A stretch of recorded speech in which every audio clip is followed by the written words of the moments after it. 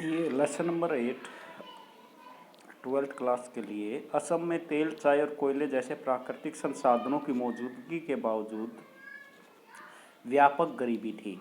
असम में ये सारे संसाधन पाए जाते थे, तेल भी था, चाय भी थी, कोयला भी थे, फिर भी वहाँ पर गरीबी थी। यहाँ की जनता ने माना कि असम के प्राकृतिक संसाधन बाहर भेजे जा रहे हैं और असमी लोगों को कोई फायदा नहीं हो रहा है। 1979 में ऑल असम स्टूडेंट्स यूनियन ने विदेशियों के विरोध में एक आंदोलन चलाया। आसू एक छात्र संगठन था। इसका जुड़ाव भी राजनीतिक दल से नहीं था। आसू का आंदोलन अवैध अप्रवासी बंगाली और अन्य लोगों के दबदबे तथा मतदाता सूची में लाखों अप्रवासियों के नाम दर्ज कर लेने के खिलाफ था। आंदोलन की मांग थी कि 1951 के बाद जितने भी लोग असम से बाहर बसे हैं उन्हें असम से बाहर भेजा जाए। इस आंदोलन में कई नए तरीकों को आजमाया और असमी जनता के हर तबके का समर्थन प्राप्त किया। इस आंदोलन का पूरे असम में समर्थन मिला। आंदोलन के दौरान हिंसक और त्रासद घटनाएं भी हुई। बहुत से लोगों को जान गंवानी पड़ी और धन संपत्ति का नुकसान हुआ। आंदोलन के दौरान रेलगाड़ियों की आवाजाही तथा बिहार स्थित बैरूनी तेल शोधक कारखाने को तेल आपूर्ति रोकने की भी कोशिश की गई। अंगमी जापू फिजो नागालैंड की आज़ादी के आंदोलन नेता, नागा नेशनल काउंसिल के अध्यक्ष, भारत सरकार के खिलाफ सशस्त्र संघर्ष की शुरुआत भूमिगत हुए पाकिस्तान में शरण ली। जीवन के अंतिम 3 दशक ब्रिटेन में गुजारे। 6 साल की अस्थिरता के बाद राजीव गांधी के नेतृत्व वाली सरकार ने आंसू के नेताओं से बातचीत शुरू की। इसके परिणाम स्वरूप 1985 में एक समझौता हुआ। समझौते के अंतर्गत यह तय किया गया कि जो लोग बांग्लादेश युद्ध के दौरान अथवा उसके बाद के सालों में असम आए हैं उसकी पहचान की जाएगी और उन्हें वापस भेजा जाएगा। आंदोलन की कामयाबी के बाद आसू और असम गण परिषद के साथ मिलकर अपने को एक क्षेत्रीय राजनीतिक पार्टी के रूप में संगठित किया। इस पार्टी का नाम असम गण परिषद रखा गया। असम गण परिषद 1985 में इस वायदे के साथ सत्ता में आई थी कि विदेशी लोगों की समस्या को सुलझा लिया जाएगा और एक स्वर्णिम असम का निर्माण किया जाएगा। असम समझौते में शांति कायम ही हुई और प्रदेश की राजनीति का चेहरा भी बदला, लेकिन आप्रवास की समस्या का समाधान नहीं हो पाया। बहारी का मसला अब भी असम और पूर्वोत्तर के अन्य राज्यों की राजनीति में एक जीवंत मसला है।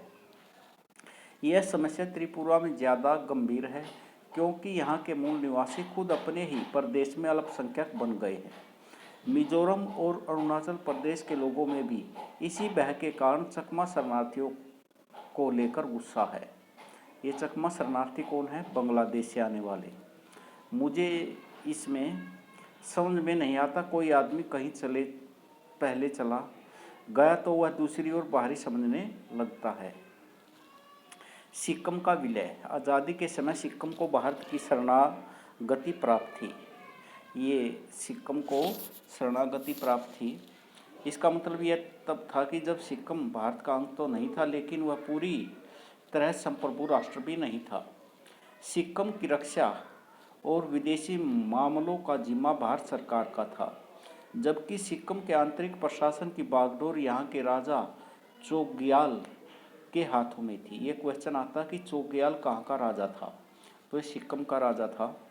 यह व्यवस्था कारगर साबित न हो पाई क्योंकि सिक्किम को राजा स्थानीय जनता की लोकतांत्रिक आकांक्षाओं को संभाल नहीं सके। सिक्किम की आबादी में एक बड़ा हिस्सा नेपालियों का था। नेपाली मूल की जनता के मन में यह भाव घर कर गया कि चोग्याल अल्पसंख्यक लेप्चा भूटिया के एक छोटे से अभिजन तबके का शासन उन पर लाद रहा है। चोग्याल विरोधी दोनों समुदायों के नेताओं ने भारत सरकार से मदद मांगी और भारत सरकार का समर्थन हासिल किया। काजी लेंदुप दोराजी ये सिक्किम के लोकतंत्र बहाली आंदोलन के नेता थे। सिक्किम प्रजामंडल एवं सिक्किम राज्य कांग्रेस के संस्थापक। 1962 में सिक्किम नेशनल कांग्रेस की स्थापना। चुनाव में विजय के उपरांत सिक्किम के भारत में विलय के समर्थक। एकीकरण के बाद सिक्किम कांग्रेस का भारतीय राष्ट्रीय कांग्रेस में विलय। सिक्किम विधानसभा के लिए पहला लोकतांत्रिक चुनाव 1974 में हुआ और इसमें सिक्किम कांग्रेस को भारी विजय मिली। यह पार्टी सिक्किम को भारत के साथ जोड़ने के पक्ष में थी। सिक्किम विधानसभा में पहले भारत के सह प्रांत बनाने की कोशिश की और बाद में 1975 के अप्रैल में एक प्रस्ताव पारित किया। इस प्रस्ताव में भारत के साथ सिक्किम के पूर्ण विलय की बात कही गई थी। इस प्रस्ताव के तुरंत बाद सिक्किम में जनमत संग्रह कराया गया और जनमत संग्रह में जनता ने विधानसभा के फैसले पर अपनी मुहर लगा दी। भारत सरकार ने सिक्किम विधानसभा के अनुरोध को तत्काल मान लिया और सिक्किम भारत का 22वां राज्य बन गया।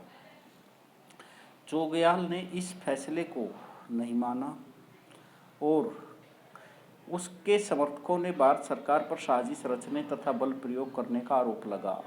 बहरहाल भारत संघ में सिक्किम के विलय को स्थानीय जनता का समर्थन हासिल था।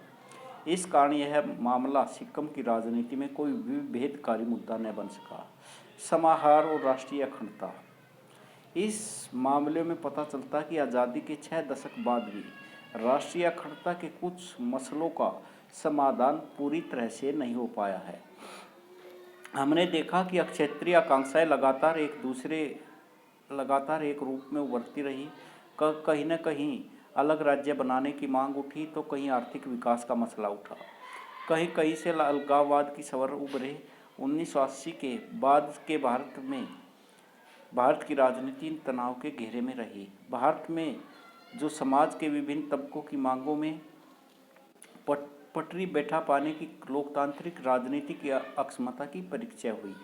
हम इन उदाहरणों से क्या सबक सीख सकते हैं?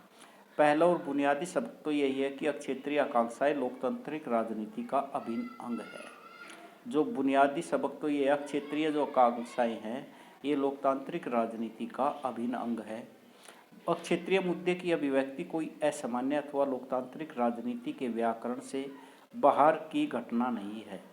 ग्रेट ब्रिटेन जैसे छोटे देश में भी स्कॉटलैंड, वेल्स और उत्तरी आयरलैंड के क्षेत्रीय जो आकांक्षाएं उभरी हैं। स्पेन में बास्क लोगों और श्रीलंका में तमिलों ने अलगाववादी मांग की है। तो स्पेन में भी बास्क लोगों ने और श्रीलंका में तमिलों ने अलगाववाद की मांग की। भारत का एक बड़ा लोकतंत्र है और यहाँ विभिन्नताएं भी बड़े पैमाने पर है। अतः भारत को क्षेत्रीय आकांक्षाओं से निपटने की तैयारी लगातार रखनी होगी। दूसरा सबक यह है कि क्षेत्रीय आकांक्षाओं को दबाने की जगह उनके साथ लोकतांत्रिक बातचीत का तरीका अपनाना सबसे अच्छा तरीका है। अगर उनको दबाया जाएगा तो आंदोलन करेंगे, अलग होने की बात करेंगे। जरा 80 के दशक की तरफ नज़र दौड़ाए। भारत में उग्रवाद का जोर था। पूर्वोत्तर में समस्याएं बनी हुई थी। पूर्वोत्तर में जो समस्याएं, असम के छात्र आंदोलन कर रहे थे और कश्मीर घाटी में माहौल अशांत था। इन मसलों को सरकार ने कानून व्यवस्था की गड़बड़ी का उदाहरण मामला मानकर पूरी गंभीरता दिखाई। बातचीत के जरिए सरकार ने क्षेत्रीय आंदोलन के साथ समझौता किया। इससे सौहार्द का माहौल बना और कई क्षेत्रों में तनाव कम हुआ। मिजोरम के उदाहरण से पता चलता कि राजनीतिक सुलह के जरिए अलगाववाद की समस्या से बड़े कारगर तरीके से निपटा जा सकता है। मिजोरम के अंदर जो घटना हुई थी, MNF जो मिजोरम नेशनल फ्रंट बना था उसके साथ बातचीत की गई। लाल डेंगा जहां मुख्यमंत्री बने राजीव गांधी के बीच में और लाल डेंगा के बीच में इस समस्या को समाधान किया गया था। तो इस समस्या को सुलझा लिया गया।